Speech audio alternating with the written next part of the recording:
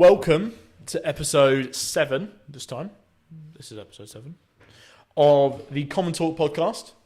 In the episode before, we talked about the news of the week, and now we're going to talk about a certain different topic. We like to talk about topics that are just floating around out there, interesting talking points, not necessarily linked to politics, but still interesting points nonetheless. So, in this episode, we're going to talk about young guys and the masculinity. Is it being taken away? When you say taken away, is in like they're all turning into women? Taken away in terms of things that were typically viewed as masculine are being shamed. Yeah. Well, it's the downfall of man, right? Downfall of man. There we are. That's a good representation of it. Yeah. I think there's... So, I think it's funny, right? So, back when I was at school, it was good to be macho and not so good to be camp or gay or anything like that. Mm-hmm. But from what I'm hearing, nowadays it's like the opposite way around, you know? So if you're feminine now, it's like... That's okay. You can't sort of like diss that. But if you're like macho now, is that right? Something like that? Because it starts in schools, right? Like all this kind of starts there. We talk about young men, right? And that's when you become a man is in your teenage years, and so school is a big part of that. Did you watch that program? Had Stephen Graham in it. I think it was early this year or late last year. That's it. Yes, because that was a big thing about this, wasn't it? There's a massive thing because it does talk about masculinity. Yeah. It talks about being a man. And that's all at being at school. Yeah. So, and here's I'm going to have the certain. I wouldn't say benefit. I'm going to say I have a slight advantage over you in that I have more. I'm obviously. Yeah. Okay. We get it. You're younger than me. You're younger. Yeah, I'm a lot younger as Does well. that come up in every single episode that we do? I'm going to make sure it comes up in every one in history. Anyway, so I obviously went to school somewhat recently. It seems weird to say that it was recent because I don't feel it was recent, but I suppose it is. And that was 2013 to 2018, and I was in sixth form from 2018 to 2020. After 2020, I went to university. So you've only just come out of university, haven't you, really? Huh? A couple of years ago? Yeah. So university, I can't really talk much about university because there's not much to talk about. University is a very different kettle of fish to school. There's, obviously there's politics in there, but all of that kind of masculinity stuff doesn't really come into it. Or I didn't find it to. My time at school, though, was an interesting one because I was going through this weird transitionary period. The young generation was my generation, in that it was the real rise of LGBT and all that stuff. But it wasn't there yet. So it existed, but it didn't exist. I'm not going to name any names, but I had a teacher. I have actually quite a few teachers where one of the people in my class came out as transsexual, and all the teachers were openly against it. Not to their face, but they would tell students, I don't understand what's going on. Now, in schools, I remember seeing a clip. Wait, when was that? That was 2013, 2018. So in 2013, a kid in your school came out as transsexual. Yeah. And he was in year 8. Wow. Isn't that mental? Yeah. Yeah. So... Gay. Yeah. So, your face is going to be on the forefront of that one. You shouldn't have said that. That's a great move from Oliver. Do you want me to cut that out? No, it's fine. Okay. Anyway, so, yeah, that was in year 8, but still wasn't a big thing. Now, I saw a clip from one of those Educating Yorkshire or Educating Manchester, whatever it was, where they were saying that a student is now a furry. And, a fairy? A furry. Furry? Yeah. As in like a dog furry? Yeah. Yeah. And right. The teachers were in this little newsroom, and they were both. You could just sense that there was this air of what the fuck is going on. Why are we? Because they can't go against that. They've got to play up to it, which is ridiculous. If it was up to me, I'd tell the fucking kid to grow up. But this is why I mentioned schools, right, from the get go, because this is where it all comes from. That's where it all starts. And when a kid can be anything it wants, if it can, if it can be a girl, it can be, when a boy can be a girl, when it can be a bloody Tamagotchi, when it can be, a hamster or whatever, and all those weird things are all indulged. But the one thing that's not is in him being a man. Yeah. That's where it's going downhill, isn't it? Yeah. I think I don't understand why. Where did it? How did it get to this? I think feminism. It's was all a big the part. bollocks as well of no one, like in Sports Day or whatever, no one wins anymore. No, I say that without knowing it, but as far as I'm aware, there's a lot of things where there's a thing of it's all about taking part. It's not about winning. It's not about competing. It's about taking part. There's all that kind of things of there's not competition, and I think that's where young men, boys thrive. Yeah. is in competition and winning, right? And when you don't have that anymore, it just goes all to apart, and everyone's telling them that this is what they need to do. Yeah. There's a huge swing, and I'd actually argue that it's a good thing to a certain extent. For example, men never used to be part of their child's upbringing. They weren't there at the birth even. The men used to stand outside whilst the women would give birth, and then they bring the baby out. Yeah. They'd never change any nappies or anything like that. That was all the woman's responsibility. All the children was always the women's responsibility. If there were young men, then they would be punished by the man, and which of course is not allowed anymore. You can't spank children, and all that's frowned upon. So you don't get punished anymore physically as a man. I actually said to my wife that it's a shame we don't have any boys, because that would have been quite fun to punish them. My dad used to slap me on the back of the head. Oh, I used to get beats. Whilst I don't condone anyone, any slapping or hitting, I do think that a young man should be punished physically. That doesn't need to. Obviously, that's not beating up. I think they should do punishments at school, even to a certain extent, because it just goes unchecked otherwise. Well, the young generation is just it's. Well, I see child as a bit like a dog, right? They understand words, but sometimes you need to give them a tap on the nose. Yeah. And I think when a young man doesn't have that male role model, and isn't checked by a man, then they become wild. And the road to them being too feminine, is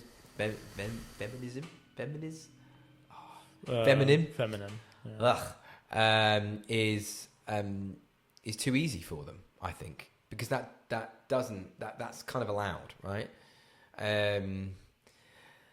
So then there's this. I think this is why you get people like Andrew Tate, which we can really go on nicely to that. So when we're talking about there being a lack of a male role model, a lack of a man being able to enforce, to dominate themselves over young men. Yeah. I say that in a way of obviously correcting that young man. Yeah. Then they instinctively do want it. They still want it. Men have a craving, or young men have a craving, to actually be checked, right? To be managed, and they will respect that. Which is why when kind of young men go to the army, they can really be sorted out if they play up.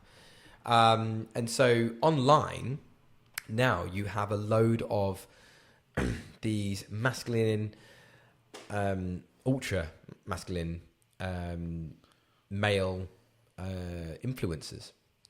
Andrew Tate being the biggest of them. There are quite a few out there, and young men, love to follow them and love to sort of replicate them. But there is a huge backlash in the mainstream media about him and about others, saying that it's ultimately a bad thing. I don't recognise that. I don't think it's a bad thing. They say it's misogyny. I watch a lot of Andrew Tate. I think he's incredibly entertaining. A lot that he does say can't be taken too literally because he loves to troll. If he's been called something, he loves to go into that. It's all part of the kind of baiting of the left, and ultimately that just means he'll get more people following him. If he says something controversial, people are more likely to showcase it off, and the people that know that he's only messing about to get those, which can be a bit confusing unless you kind of know. So I watch him enough to know that he's taking the piss there. But yeah, but I'm a big fan of him. Yeah, I mean, so am I. I mean, I've he's up his own arse though. He is. He's massively up. I probably wouldn't want to be friends with him. I'd like to meet him, but he's massively up his own arse. I would like to be friends with him, to be fair. But whenever you hear him, he loves himself. And I think an Englishman should be humble in their achievements, in what they've got. And he is not humble. He doesn't quite practice what he preaches. He talks about family life and the role model of what a woman could and should be, and what a man should be. But then he doesn't quite preach it himself. No. So he's very coy in how he makes his money. He talks about having money, but he doesn't explain how he's got that money. Now, there's been a lot of stuff of him getting money through illegal means and stuff like that, but he doesn't talk about it. So it's hard to fight and say, actually, he owns this big corporation that does this. Whenever when I see him, he's got his shirt off, he's got a cigar in his mouth, and he's talking. So yeah, where does he actually make his money? I do have a lot of criticism for him. But he's an entertainer.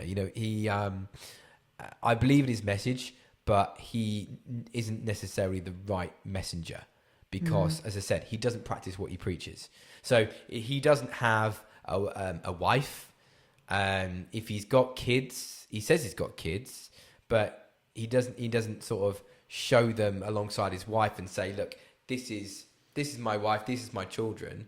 This is me being a good man. I can see why he doesn't he talks do that, though. But he doesn't even talk about it. So he doesn't even say, I have a wife and I have children, right? He talks about having multiple women. Yeah.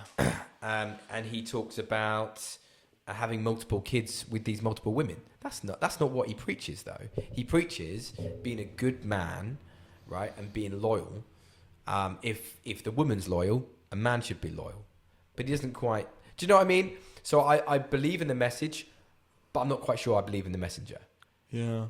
But I think that he's got to be almost... I think if him as the messenger was as he preaches, he wouldn't have reached the heights that he's got on social media because he wouldn't have had the clicks. And it's those clicks that's got him to where he is. So it's a bit of a catch-22.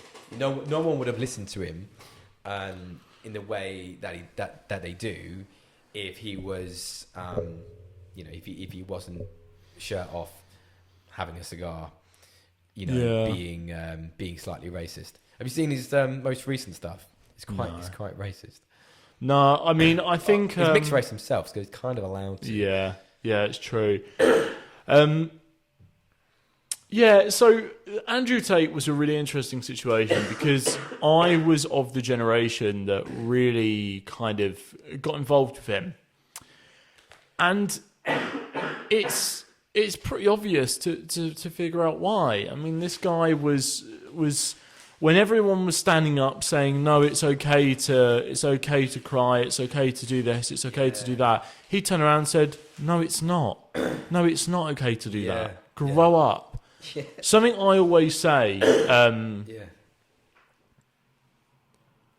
to Abby is, if I'm having a shit time, I just tell myself I need to grow up and stop being a pussy. People stop saying that now. But that's it. It's as simple as that. Grow up. You're a guy. Deal with it. Yeah. And this is, do you know what really annoys me about, I'm going to go off a little bit of a tangent here, but do you know what really annoys me about a certain type of demographic that follow Andrew Tate? I don't know the demographic, but I can tell you the type of people, right? Where they'll be like diehard Andrew Tate fans, okay? And then they're going to watch a video of a girl. There was this video that came out, this trend on TikTok, and it was like women showing themselves in a relationship and then women showing them out of a relationship, right? And every time I looked at the comments of that, and then with guys, oh, why didn't you just do that in a relationship? Oh, it's ridiculous, blah, blah, blah, blah, blah. To me, they are not men. They are boys. Who gives a shit? Who cares enough that they see a video on TikTok of a woman making a video, whatever, and go, oh, I'm going to make a comment on that? Just stop it. What sort of videos are you talking about? I just told you, like they're videos of women showing themselves during a relationship and after a relationship. And every time in those videos, there's like this glow up. Oh, okay. Yeah, and every comment was just a guy. So presumably they wouldn't be that attractive when they're in a relationship, and they'd be attractive out of the relationship. Yeah, type like that. Yeah, okay. And I just found that all the comments were just guys like just like saying, "Oh, no wonder you weren't in a you like why were you not like that in a relationship? Maybe the relationship would have ended if you were like that." And I just think to myself, just grow up, guys. It's a girl on TikTok. If that's enough to send you up the fucking wall, then, mate, I don't know how you're going to deal with real life, because it's a hell of a lot harder than that. You know, and I think it's one of these things where people take a liking to Andrew Tate, but they don't truly understand. I don't think they understand what he's trying to preach, because I can tell you, someone like that, like someone like Andrew Tate, would never make a comment like that on a girl's Instagram, a girl's TikTok. It's just a bit pathetic. And running back onto track of masculinity, right, is this idea that I think the reason Andrew Tate was so popular was because young guys lacked strong male role models. I think that's pretty obvious to sell, right? I grew up and I love my dad. I really do. But he was not, I wouldn't say he was a massively strong male role model for me. I had to learn that shit by myself. How did I have to learn that? Well, through experience, but mostly. How would you say that he wasn't? I don't want to get too deeply into it because it's a big topic and it's a bit, you know, I don't mind being honest on social media, but that's a little bit too honest. But you know, essentially, he's obviously my family. They're divorced. Okay, and I got to see, as with a lot of Gen Z, may I add, but I got to see the worst of both of my parents because they lived together. Now, I was given that choice when I was young to either live together or not to live together, and I decided, you know what, let's live together. There's a bit in between that, and I'm not going to talk about it, but you just have to hold me there. So we started living together, and at this time I was young. I was getting to that impressionable age. And my parents, you know, obviously they fucking hated each other. And, you know, and I'm not sitting here saying that I had a fucking bad upbringing, because I didn't. You know, there's so many people that had so much worse than I did, right? But I saw my dad do, and my mum do, things that I will never do to my kids. You know, things that I'll never push my kids into. Okay? And I think, you know, although that's my story, I think that story is shared from a lot of young guys. And I think that's why Andrew Tate was so popular. Yeah. You know, people did not have that father figure, and it's not about Did you respect your dad? I respect my dad. I respect my dad as much as I could in the situation. Yeah. You know, the thing is, I had, and I still do have, a lot of respect for my dad. I mean, I see my dad as, you know, definitely the alpha male of the pack. Because it was just me and my brother. Well, me and my brother, and my mum. Like, you know, we're all together. But you know, there was no. I don't have a sister, so 2 boys to grow up to raise is never easy. Yeah, I definitely respected my dad. So I had that role model there myself, but I don't think a lot of people did. I didn't, and I definitely feared my dad until I was probably about 15, until I was about the same height as my dad. Yeah, probably about then. But I still respect him. But I didn't, you know, that kind of look in your eye and think, yeah, maybe I might be able to have him. You know. Yeah, I mean, if needs be. Put in this. I was a bit of a reckless, child. I always wanted things to go my way. And as I've got older, I've got to be honest. I actually feel I've got even more respect now, growing up, especially as a father myself. Yeah. So it's I think you always have a newfound approach or a different look when you become a dad yourself.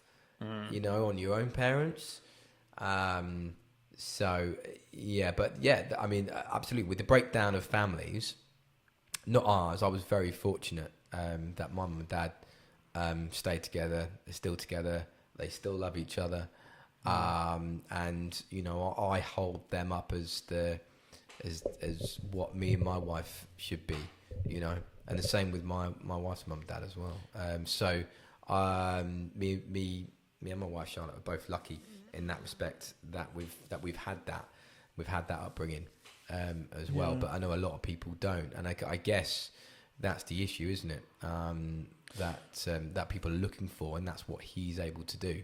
Yeah, is Andrew Tate and other people like him.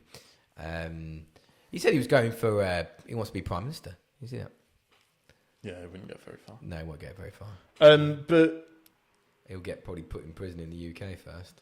Yeah, but and this is the thing. I think.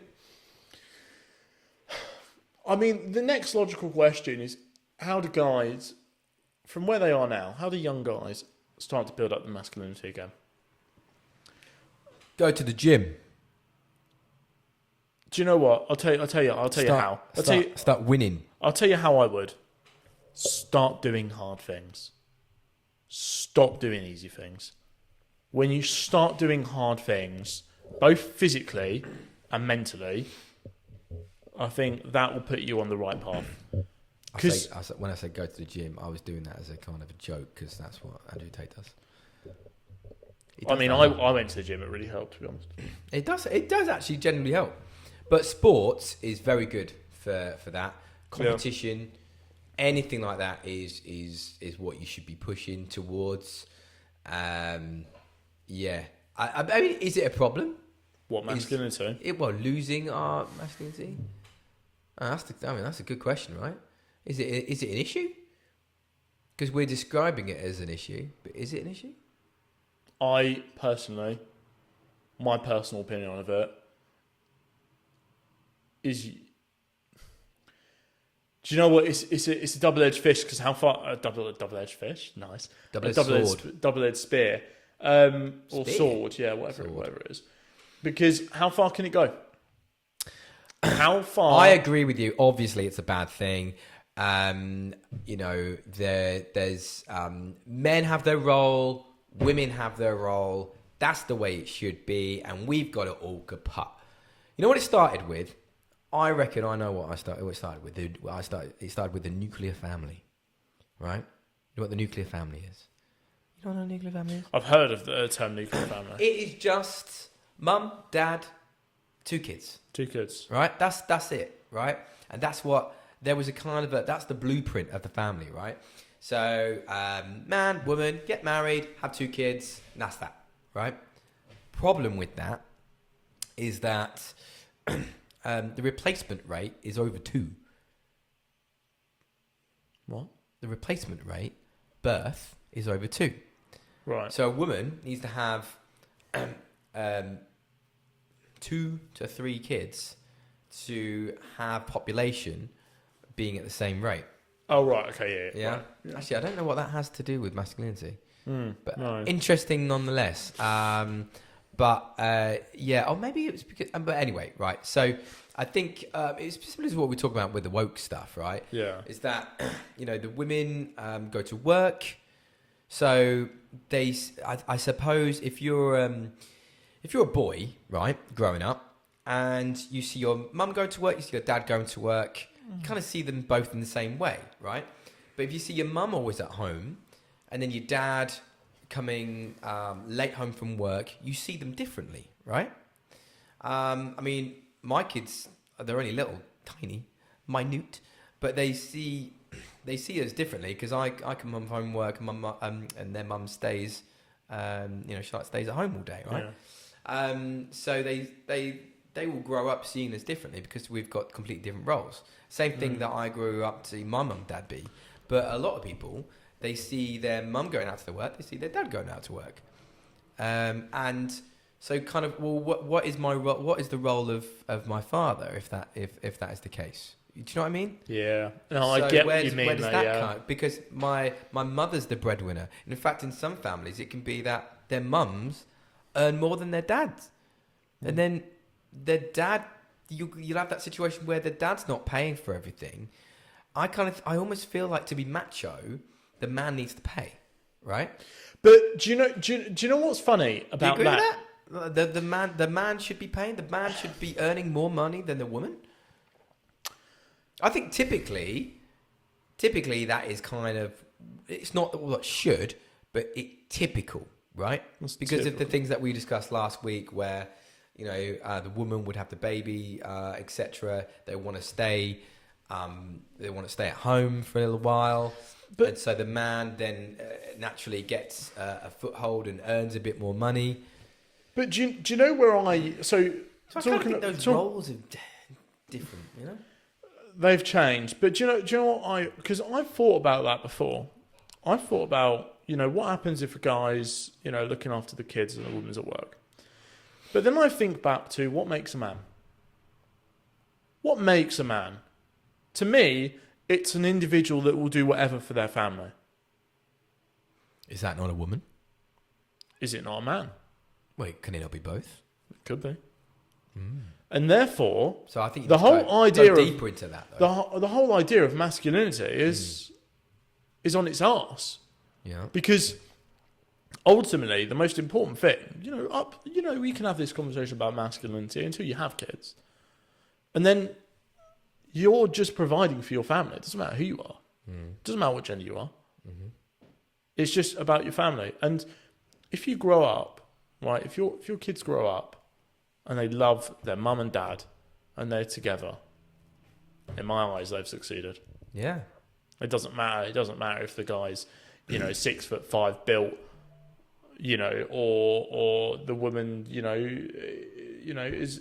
the opposite. I mean, it doesn't matter. If you grow up, you've had 2 kids or 3 kids or 1 kid, whatever, and your family is you're married and you're working, you're happy. Hats off to you. You've done it. Yeah. You've done a dream. You've done something that is real. I kind of think that I don't think there's anything necessarily wrong with masculinity in a small bit of decline. No. Because it's like, my granddad would have never have changed a nappy, right? My dad would have changed a couple of nappies, maybe. I don't actually know. I think he changed a few. I've changed shed loads or shit loads. See what I did? So I've changed so many nappies. I am the nappy changer. Don't get me wrong. Charlotte changes loads of nappies and all the rest of it. But it's actually something I'm good with it. You know, and because you can bottle feed now. You know, Yeah. I mean, how long has bottle feeding been about? 30 years, something like that. And I mean, it's probably a bit more before then, but it's definitely commonplace now. Yeah. It's very common that women don't even breastfeed at all, and they go, straight onto the bottle. But that means that the man can do it as well. So you get a situation where the man is feeding the baby, and can do the nappy change, and that means that the woman can get up early and go to work. You know, and what I'm saying is that those roles can be reversed because that's where they're at, right? The woman can do the jobs because the jobs are no longer, working down the pit or whatever. So, but is that a bad thing?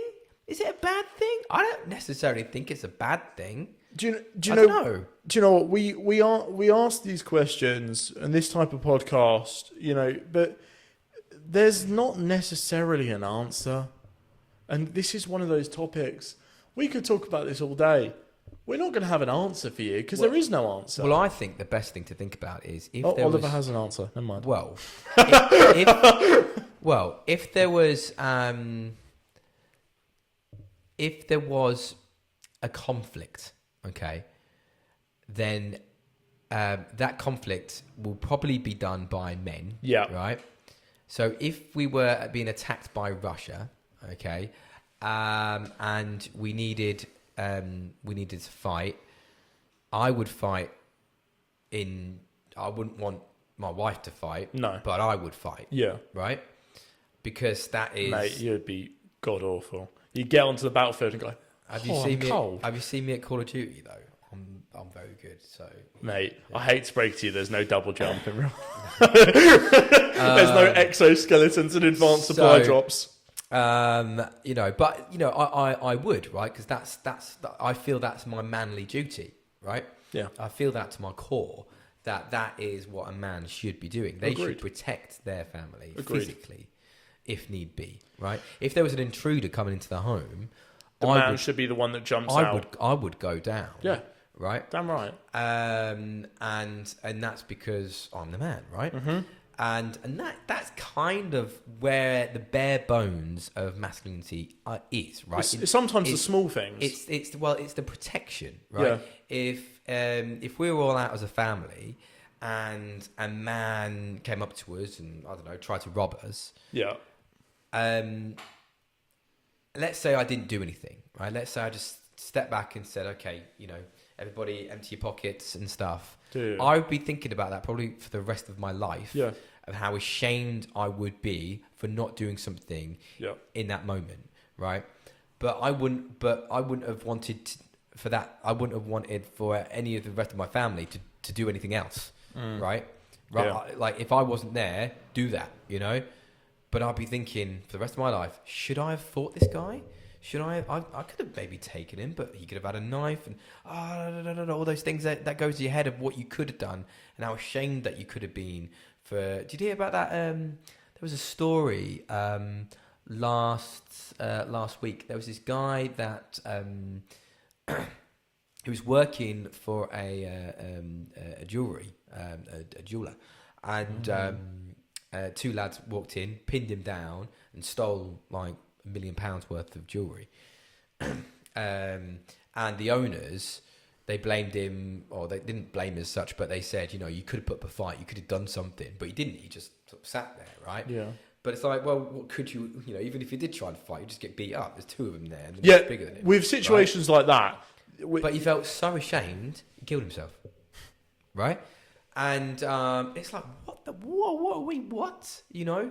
And this brings us, I think, maybe to another massive point that we haven't even touched on yet, because I think that's largely, I don't think there's much more we can talk about on that side. But men have the highest suicide rates, over women, right?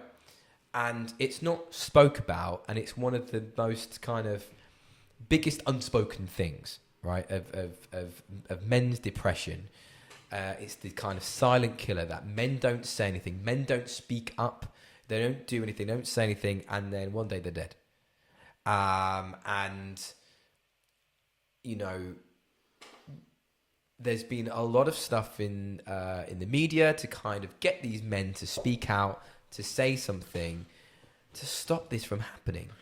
So, you know, you say earlier about, you know, just shut up and get on with it, stop being a pussy, right?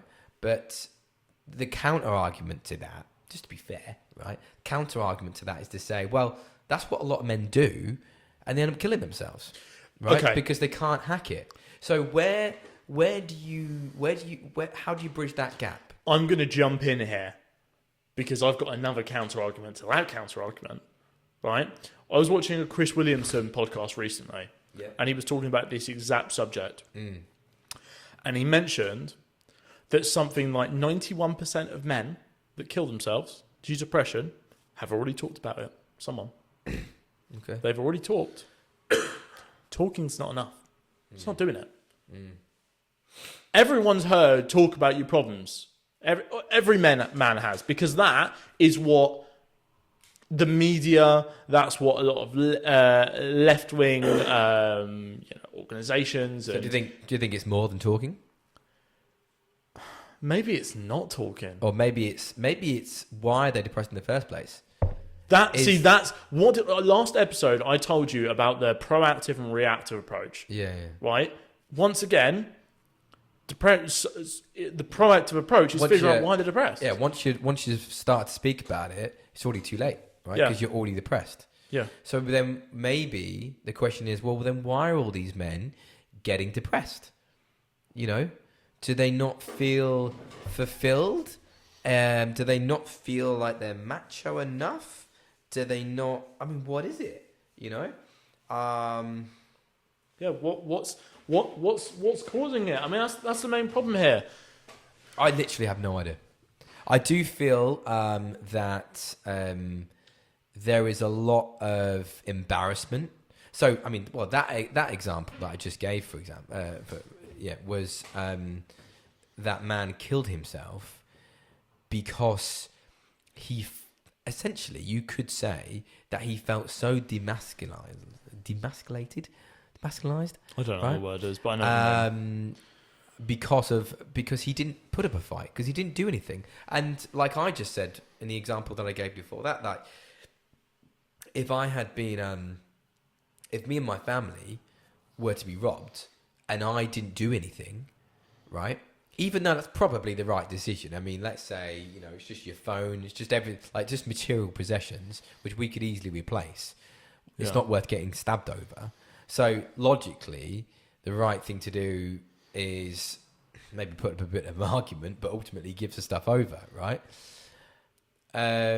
Logically, but masculine-wise, it says no. Like if someone physically is trying to take something from me, I need to be physical back to them. I need to fight, because that's what's masculine. And if I don't do that, I'll be thinking about it for the rest of my life, that I didn't stand up when the time came to a bully, to someone that was looking to harm me and my family, and I didn't physically do anything about it. And the same thing with this guy. So it's about how do you square that? Could you then just say, well, actually, we all just need to be okay with the fact that it's okay to not be macho all the time? Or do we actually need to be more macho? You know, so should that, in that situation with the jeweler, should that guy fought back as much as he could? You know, he could have scared him off. He could have picked up something sharp and started, you know, wandering around, and they might have left with half the amount of kit, you know, or he could have got stabbed, and that would have been a very different story. Do you know what I mean? Like, what is better? I'm not saying there's a right answer here, but I genuinely don't know. But I do feel that, you know, there is that there's that instinctual thing to be masculine, and to fight for your family, and for the situation or whatever's going on. It's like, I don't know, let's say I was outside, okay, and some random woman just got robbed, right, by a man, right? I don't know what the situation was. I've just seen it. That would affect me for a good while longer if I didn't do anything, right? The man in me, right, says I need to go chase that man, right? Yeah. Because that's good versus evil, okay? I'm the good guy. This robber is the bad guy. The woman's not going to be able to do anything because she's a woman. I'm a man. I've witnessed it. I need to go after that guy, right? Now, I feel that's what I should do. But in reality, well, he could have a knife. He could beat me up. What would my family think about that? It's a difficult one. I'm not saying anything, I'm just saying, like... Do you know what I think about? That's and this is something I say to Abby all the time. And this is something I'd say to every young person, right? When deciding to do things, deciding not to do things, when you're faced with decisions, the best way I'd look at it is... what would you want your son to do? If you're proud of your son, what would you want him to do? That's a very good question. Now, for me, personally, in that situation, I'd have wanted him to beat the shit out of the robber. Well, this is it, right? Okay, so I don't have a son, but if I had a son, I would, if they had told me that they made chase, right, and they got the bag back, right, they gave it back to the woman, and it was all good. And they were able to give maybe the guy got away, or maybe he beat up the guy, or whatever, right? Then I'd say, very good. That's good on you, brave, blah, blah, blah. But if he'd been stabbed, right? Yeah. Then and he's there, I'd feel like I've let him down, that he would feel like he had to do that. Yeah. Do you know what I mean? So I think it depends on the outcome, right? Like when I was 16... But then that's disingenuous to the situation. Because if the feeling is a result of the outcome, then do you know what that's like? I'll tell you exactly what that's like in a different context. That's like watching the football, letting the winning team win, and then going, yeah, I knew you could do it all this time. Yeah. You've got to lay your cards beforehand. It's like placing a bet. Yeah. And that bet, it was maybe a bit risky or whatever, but it coming in and you going, yes, I'm glad I did that. That was a really good decision. I fought against it in myself, and it was actually a really good decision. I'm really glad I did that. In fact, I should have put more money on. Didn't come in, you'll go, oh, I knew it was a stupid thing to do. I felt it in my innards that there was something wrong with that. I really shouldn't have done that. I should have thought about it a bit more, and I shouldn't have spent all that money, or I should have put half the amount of money on, or whatever. That's what humans do. It's a natural thing to do that. And I don't know what else to say on it, because that there is no right or wrong, because it is definition by the results. I do want to preface though that what comes with what I said just then is based on a reality that a guy has just been robbing a woman. He can't see if he has no knife out when he's doing it. Maybe he's just threatening to punch her. In situations when people have knives, it's not worth it. No. It's really not. Because the problem is, right, is that it's these people, and I hate to say it, a lot of it's my generation, they don't give a shit. They'll stab someone. They don't care. Yeah. To them, that's an achievement. Yeah. Well, hey, I can rap about it now in a song. Yeah. It's like street credibility. I think the best thing to do in that situation is to shout at them so it doesn't get any worse. To not really chase. What if they have knives? You'd say. Oh well, if they've got no. Assuming that you haven't seen the knife or anything like that. If you've just witnessed a robbing and they've, I don't know, they're in a tussle or whatever like that, is to show that your presence is there, call the police, give them a good description, and then see if the woman's okay. Because she might have been assaulted or anything like that. And, you never know. It could have been something more than a robbery or whatever. I think that's probably the wisest thing to do. Yeah. You're still showing a bit of bravery because you're still letting the robber know that you're there, but you're using your head as well. And I think that's what the best thing you can do in that decision. And if I had a grown-up son, I'd say that would be. And if he gave chase, I'd say, I'm proud of you to do that, to be brave enough to do that. I do think it was the wrong decision, but well done for doing it. Because in this situation, it worked out, but he could have easily gone very different. Yeah. When I was 16, I worked for Currys, right? And there was a guy that came in and he stole a camera. Yeah. And we all knew, and I was collaring the other guys that were working there. This guy stole something, and he ran out, and he ran over a dual carriageway, and went down an embankment. And we all chased after him, right? There was about 6 of us or 5 of us or something like that. There was a lot of people, there was a lot of us chased after this one guy. I was only 16. And I realised that by the time I got to the other side of the dual carriageway, running past all this traffic, I was the only one there. And all the others had stopped running, right? But I saw him and I slid down, right? And I got all my sides all muddy. And he said, just take it, right? And he gave me back the camera, and I walked back, to applaud, and, gave the camera back. And I was really disappointed because the manager said to me, well done for doing it, okay, but I would not advise that. You don't do that. And I never really understood it, actually, until, well, maybe even just now, and actually just thinking it through, that what he was saying was actually the best thing. Yeah. But I was thinking, I should bloody get a promotion for that. But actually, if you were to get a promotion for that, you'd be encouraging the same thing. And, the criminal could have easily beaten me up or a knife or anything. I think in context like that, so in context of families, I'd do whatever, right? But in context of a business, I wouldn't give a shit.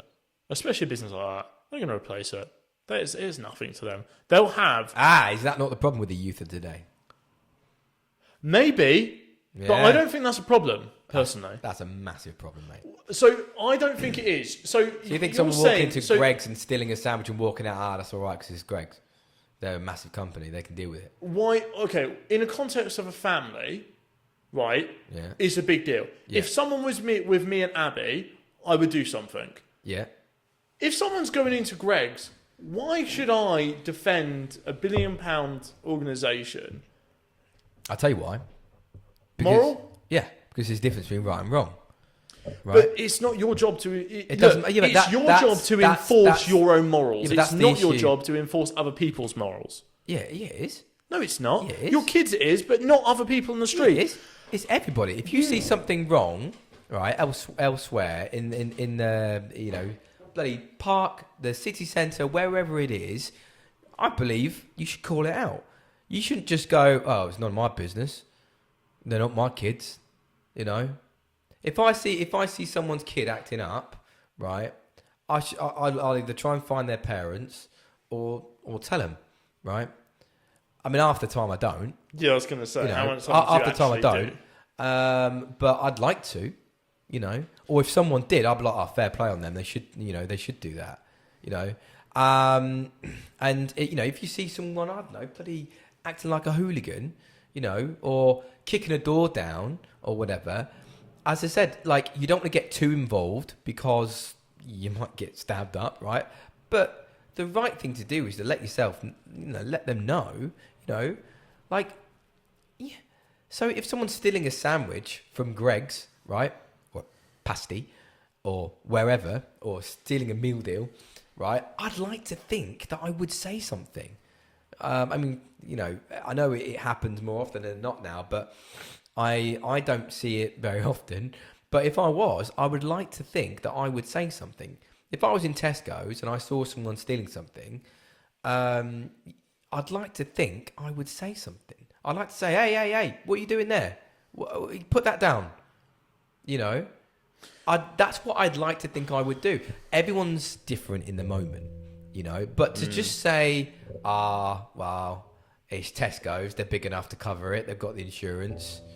I think that's the wrong thing to do. And I think that's the wrong attitude, and why we are where we are as a country. In part, I think if in the climate of things, Oliver, in the climate of crime, in the climate of so many people are carrying knives, in the climate of all that shit, I don't see any worth in doing that.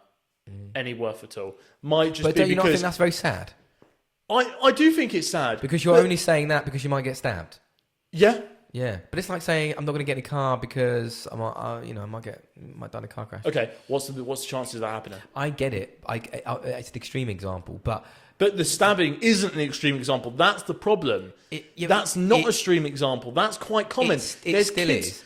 If you look at the amount of people, look, whilst stabbing is a lot more frequent than it was, right? Theft is a lot higher. So the likelihood is if you see someone stealing something in Tesco's, by you just saying, hey, put that down, or whatever, or just letting yourself be known, it's not very likely that they would go over and stab you. The only times I've ever seen people steal stuff is when they're running out the store with people with a security guard. Not even the security guards chase them. No, I know. And you know what? That is, and I would wager that the security guard not doing anything, because this sort of stuff comes on TikTok and stuff all the time. You see it all the time, don't you? That people would have a huge bloody bag of stuff, and they would run out the store. And they'd just walk out the store. They don't even run. They'd just walk out the store, just leisurely, whatever, just walking out, and the security guard. Doing absolutely nothing about it. They're on minimum wage, and they're also. But I believe it's because they are told you can't do anything. No, they're told they can't do anything because it's likely the company is afraid of a lawsuit. Yeah, if something goes wrong. But do you not think that it goes then to the head, right? That goes then to government, right? So government has made this happen. Government have made it so. There is that environment where actually if you did something, it's the person doing something about it that gets in trouble. Did you see that? This brings us onto a very good point about when someone, if someone was to rob your house, right? There was a case a couple of years ago where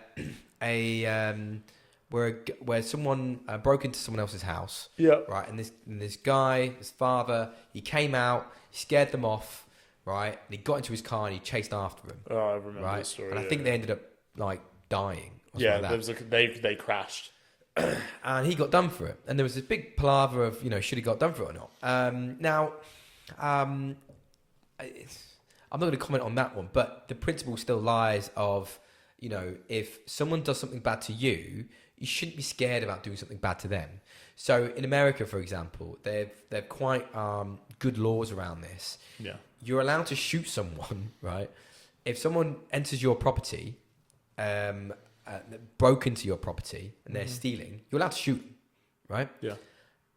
In the UK, you're not even allowed to attack them or do anything to them, right? Yeah. I think that's bonkers. Oh, I completely agree with you. And this is, the security guard and all that kind of stuff. It all works in the same way. Yeah. And I do think that ties into masculinity, right? Yeah. Because if you can't do the very basic principles of defending your family, because in fear of being locked up, what on earth? Where do you stand? You've got your balls in a vice. And the vice is the government, right? Agreed. Because you can't do anything. You can't even protect your family, which is your basic right as a man to do. And the government have taken that away from you. Do you know, sorry, this is a funny story. I just remembered it. There was a story a couple of years ago I heard from Russia where this father tracked down a man that raped his young teenage girl. Good. And he stabbed him 27 times. Good. And the Russian courts settled that the bloke that raped that little girl just happened to stab himself 27 times. I was like, that is the type of system we need. I'm not being funny. Talking about Russia is what you want in America. But they've nailed those laws. In England, and I think in Europe, a lot of the cases, it's so afraid. And do you know what the worst thing is? And I want to kind of bring this little chat to a kind of end here. The worst thing, the worst demonstration of that is the British police. The rights have been so stripped from what they can and can't do. Oh, absolutely. They are so afraid. And that's why my generation, kids, don't respect them. They're not afraid of them. If it was up to me, I would give them a hell of a lot more rights. You know what? You make a very good point there, because we were talking about not having a father figure. That's all what this stems from. Yeah. And we've now discussed that it's partially about not having the father in the home. Yeah. It's partially about when you do have the father in the home, those roles are being confused between the man and between the mum and the dad, of where the father figure actually kind of is. You know, you wait till your father gets home, all that kind of stuff, right? You know, that's all kind of gone now, or partially gone. Then we've spoken about the government being and not ultimately giving enough powers to security guards. Then we've talked about what happens to you as an individual if you defend yourself, and the law seeming to be on the against the victim, you know, and you know the self-defense laws don't seem to sort of work that well in this country. And then we talk about the police, right? Because the police are used to be predominantly men, right? It's much harder to have that authority if you feel like you can physically have someone, right?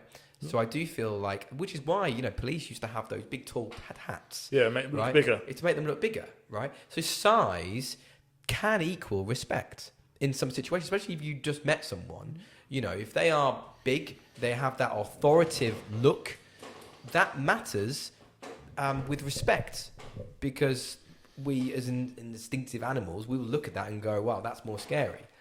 And if they lose all that, if they lose all the respect because people know what they can get away with, then what's the bloody point? You know, exactly, yeah. If you look at American police, you can't fuck about with American police. No. Do you know what the other police you can't fuck around with? French police. Yeah, they are very good. Yeah. Well, and they don't give a shit. Yeah. They're like Russian police. They don't give a shit. English police, we suspect you've been stealing. So please can you just stand here and wait for us to get. Have you seen the videos of the police where someone's just not being taken down?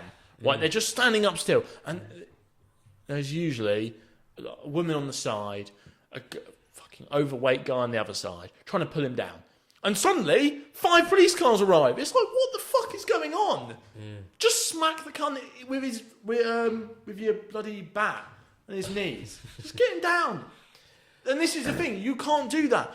You should be able to. They're also not equipped, are they? Really? No, they're not equipped. Do you know what? So the police, so many things. The police are a joke, and they are not they're not the authoritative figure that they should be. So I think, you know, with the young of today, the reason why the masculinity isn't there, and therefore you get people like Andrew Tate, which is what we kind of started with this conversation, is to fill that void from all those things that we've just been talking about, where we see that space opening up because it just doesn't exist there anymore.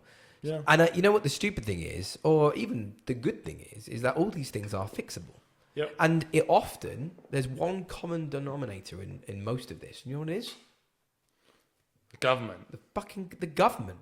Yeah. The government, right? Yeah. The government control a large aspect of all these.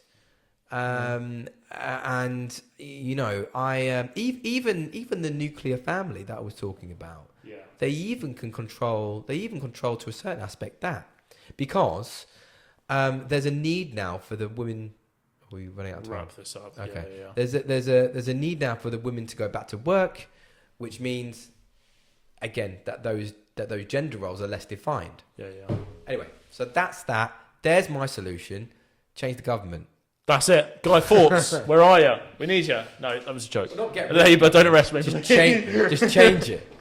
Awesome. Well, if you enjoyed Keir this, Starmer, do not arrest us. please Yeah. don't do it. Anyway, if you did enjoy this podcast, please give us a follow, give us a rating. We'd appreciate it. And we'll see you next week for the next lot of news. See you later. Bye.